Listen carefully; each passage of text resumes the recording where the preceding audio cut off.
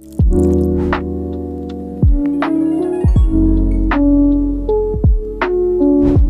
everyone, welcome back to our YouTube channel. My name is Mercy Emmanuel Wogo, and today I want to talk about echolalia.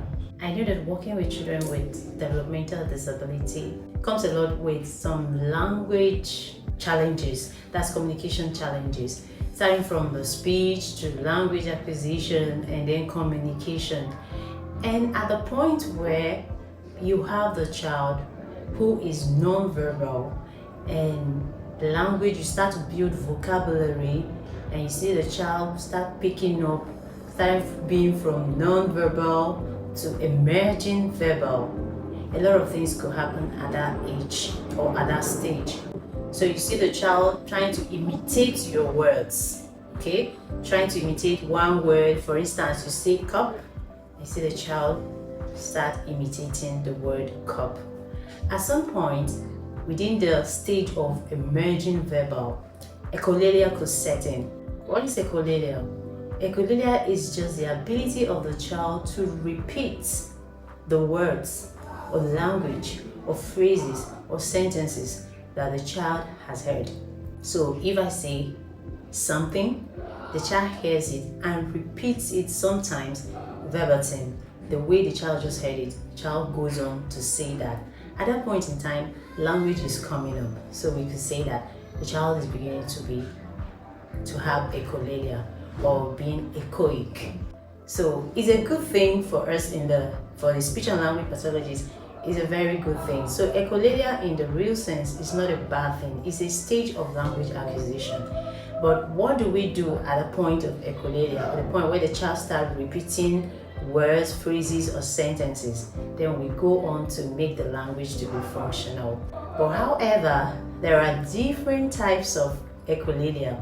Okay, so when you think of echolalia, you just know that this is the ability of the child to repeat words, phrases, or sentences that he or she has heard.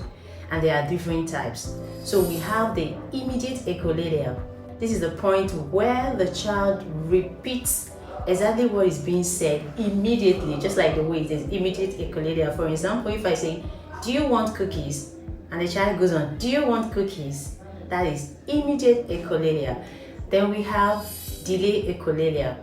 Delay echolalia is a situation where the child repeats the words, sentences, or phrases that he or she has heard with some delay, and the delay could be in minutes, it could be in hours, it could be days as well. Okay, so you see the child sometimes will go to school in the morning, they have sing some nursery rhymes, and as the song was going on in the classroom, you see that the child did not participate in singing, but by the time he gets back home, we start singing all those things. So that could be likened to delay echolalia.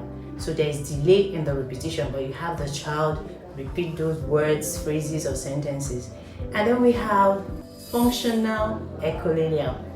How does that go? Functional echolalia is a situation where the child repeats the word, phrases, or sentences with a communicative intent. So, for instance, you tell a child, "Do you want cookies?" And the child goes, "I want cookies." Okay, "Do you want cookies?"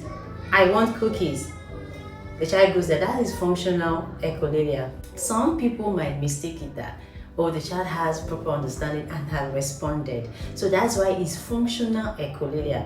The child has mistaken the question to be, "I want cookies." So he's just repeating it, and you see that the child has responded to you, okay? So that's another type of echolalia, functional echolalia. Then we have the non-functional echolalia. Non-functional echolalia is a type where the child repeats without a communicative intent. Like the child just repeats. If I say something, the child just repeats it. It might not really make sense. That's why I say non-functional, without communicative intent. It's not, the child doesn't want to communicate with you. There's no intention to have that conversation with you. Possibly it's just repeating it to just have self-regulation, to have emotional control. So you see them do it over and over, over and over, over and over, over and over in another way. So people can also mistake this to be steaming, verbal steaming, okay, or scripting. Scripting that words, scripting the phrases or sentences.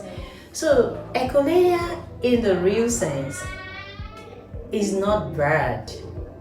It's a stage of communication, and if well handled, from there you will have functional communication.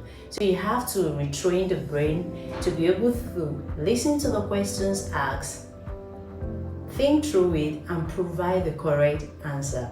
I know that at this point in time, I don't want to share tips or strategies on how to handle echolalia and use it to either build vocabulary or make the child to have functional communication. So in my next video, I might just be talking about the strategies on how you can use the echolalia stage of language acquisition to enhance the child's communication skills.